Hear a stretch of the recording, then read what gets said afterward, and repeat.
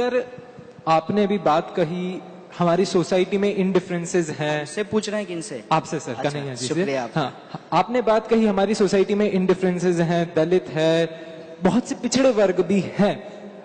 एक मुद्दा है, शायद आपने बात नहीं की अभी तक, या मैं उस पर आपका विचार जानना चाहूंगा कि हमारे देश में रिजर्वेशन एससी के लिए, एसटी के लिए एक बहुत बड़ा मुद्दा बन चुका है। और यूथ में, अगर मैं मुंबई यूनिवर्सिटी में पढ़ रहा हूँ, कॉलेज स्टूडेंट हूँ, 19 साल का हूँ, हमारे बीच में काफी बातें ये हैं कि अगर रिजर्वेशन होना चाहिए बहुत सही बात है, लेकिन जाति पे क्यों, किसी के सरनेम पर क्यों रिजर्वेशन है?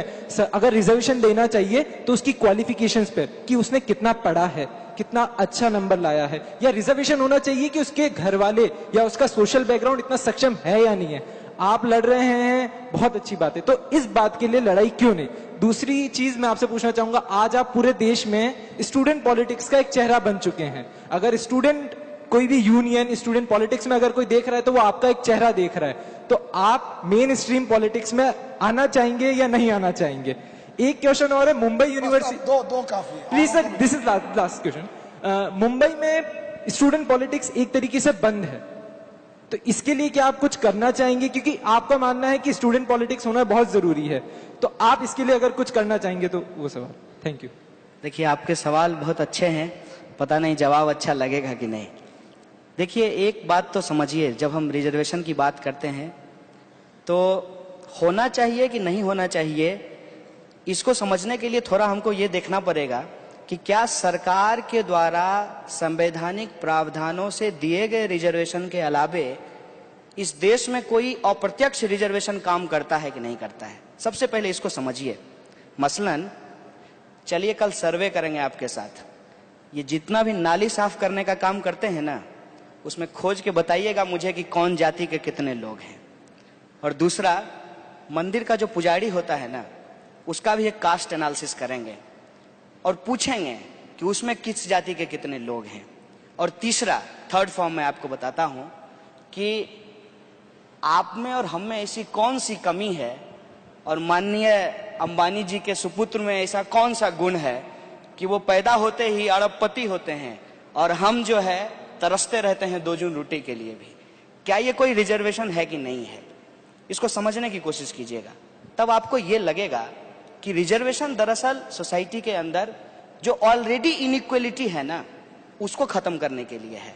ऐसा नहीं है कि उससे कोई और इनइक्वलिटी सोसाइटी में पैदा करना है। लेकिन पैदा कैसे हो जाता है? पैदा इसलिए हो जाता है कि जिसको रिजर्वेशन का लाभ मिला है उसको पॉइंट आउट करके हम बताते हैं कि देखो, इसको रिजर्वेशन देने की क्या जरूरत है। चलिए इस आंकड़े पे भी बात कर लेंगे।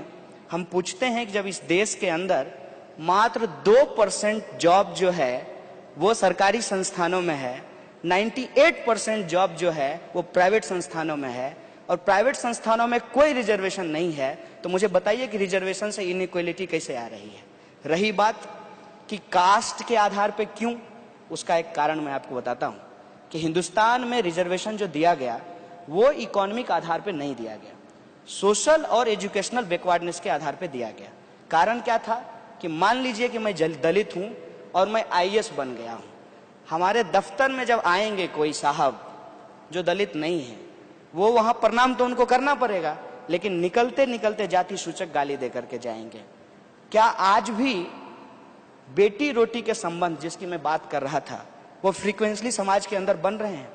अगर नहीं बन रहे हैं तो क्या हमको ये जो ऑनर किलिंग होता है, कुछ लोगों की किताब बैन कर दी जाती है, कुछ लोग जो खास जाति से आते हैं उनको यूनिवर्सिटी से बाहर कर दिया जाता है, उनकी माँ बहनों के साथ बलात्कार कर दिया जाता है, तो जो हम एक इक्वल सोसाइटी बनाने की बात करते हैं उसको हम कैसे बनाएंगे?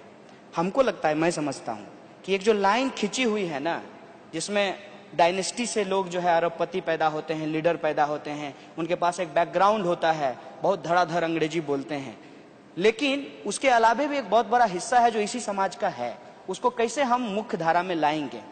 तो एक जो लाइन खिंची हुई है ना, उस लाइन के बराबर जो है एक बड़ी लाइन खींचेंगे। ये रिजर्वेशन की कोशिश थी। मैं मानता हूं कि उसमें बहुत सारी चीजें नहीं हो पाई है, लेकिन ये कोई सॉल्यूशन तो नहीं है ना कि आपके हाथ में कोई जख्म है और वो जख्म आज का नहीं है, पिछले 5000 सालों का जख्म है वो, और उस जख्म को ठीक करने की बजाय आप कह रहे हैं कि हाथ काट करके ही फेंक देंगे। पूरी दुनिया में घूम करके देख लीजिए, अलग अलग जगह पे रिजर्वेशन अलग अलग फॉर्म में दिए जाते हैं। Affirmative action. सवाल ये है, मैं अफ्रीका के ऊपर काम कर रहा हूं। नेल्सन मंडेला जब जेल से छूट करके आए तो उन्होंने एक थ्योरी दिया ट्रूथ एंड रिकॉन्सिलेशन का, जिसमें जो गोरे लोग थे उनको कहा कि कोर्ट में आइए, एक्सेप्ट कीजिए, सोसाइटी में मिल करके रहते हैं, साथ रहते हैं। मतलब बाबर की गलती का बदला जुम्मन मियां से नहीं लिया जाएगा। मेरे बाप दादा ने दलितों के साथ क्या किया, इस आधार पे ब्राह्मणों के साथ डिस्क्रिमिनेशन नहीं किया जाएगा। और जो ब्राह्मणवाद शब्द का इस्तेमाल किया जाता है, जिसको बार बार भीमराव अम्बेडकर बोलते थे, वो किसी जाति के खिलाफ नहीं है, वो उस मानसिकता के खिलाफ है। और उस मानसिकता के चलते ये हुआ है, आप उत्तर प्रदेश जाकर के देखिए, जाटव जो हैं वो नॉन जाटव में शादी नहीं करते हैं, जबकि वो दोनों दलित हैं। तो ये जो मानसिकता है हायरार्की वाली, जो आपको हमसे अलग करता है, उस मानसिकता पे चोट करने की जरूरत है। और जब तक आप कोई मेटेरियलिस्टिक चेंज नहीं लाएंगे सोसाइटी के अंदर, तो ये सिर्फ आदर्शवादी कामना करने से ये समाज में लागू नहीं होता है। आज एफर्मेटिव एक्शन के चलते बहुत सारे ऐसे लोग हैं जो ब्यूरोक्रेसी में गए, एकेडमिक्स में आए और उन्होंने सोसाइटी के अंदर कंट्रीब्यूट किया। और वो जो एसर्शन है, उस एसर्शन के चलते ही आज हम ऐसे माहौल में रिजर्वेशन के ऊपर चर्चा कर पा रहे हैं। तो ये सोसाइटी को ट्रांसफॉर्म करने के लिए जरूरी होता है। दूसरा सवाल जो आप कह रहे हैं कि आप राजनीति में आएंगे कि क्या करेंगे, मैं समझता हूं कि मेरे पैदा होने से पहले ही मेरे साथ राजनीति शुरू हो गई थी।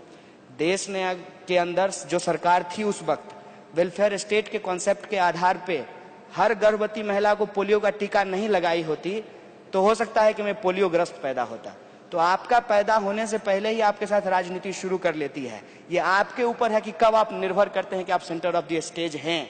अगर आप नहीं हैं तो आपको उसी मार्जिनाइजेशन के खिलाफ सेंटर ऑफ द स्टेज बनने की जरूरत है। और राजनीति का ये कतई मतलब नहीं है कि जाइए किसी पार्टी में शामिल हो जाइए, चुनाव प्रचार कीजिए और जम करके जो है लूट खसोट करके अपना धंधा सेट कर लीजिए। ये राजनीति नहीं है। राजनीति सिद्धांत के आधार पे, विचारधारा के आधार पे समाज को बेहतर बनाने के लिए। तीसरा सवाल जो आप पूछ रहे हैं कि स्टूडेंट पॉलिटिक्स जरूरी है, उसका एक कारण मैं आपको बताता हूं। इस देश के अंदर अभी जितना लीडर है, चाहे वो किसी पार्टी का हो, चाहे उसका रंग कुछ भी हो, सब स्टूडेंट पॉलिटिक्स से पैदा हुआ है। लेकिन उसको अगर आप कहेंगे कि स्टूडेंट पॉलिटिक्स करना चाहिए, तो कहेगा नहीं, पढ़ाई लिखाई करना चाहिए, क्या जरूरी है राजनीति में जाने की। तो आपको पूछिएगा कि आपके दफ्तर में भगत सिंह की फोटो लगी हुई है, भगत सिंह भी किसी कॉलेज के टॉपर थे, लेकिन देश के अंदर जो समस्याएं थी उसके ऊपर वो लड़ते भी थे और नौजवानों को संगठित भी करते थे। तो कहेगा तुम तो राजनीति कर रहे हो। हम कहते हैं कि जब समाज की बेहतरी के लिए राजनीति करना जरूरी है, और आप जो डायनेस्टी करेंगे कि माने नेताजी का बेटा नेता होगा, कलेक्टर साहब का बेटा कलेक्टर होगा, लेकिन किसान का बेटा किसान नहीं होगा, ये जो परिस्थिति पैदा की गई है, देखिए दोनों काम है, दोनों प्रोफेशन है, लेकिन किसान का बेटा किसान नहीं होना चाहता और नेताजी का बेटा नेता होना चाहता है।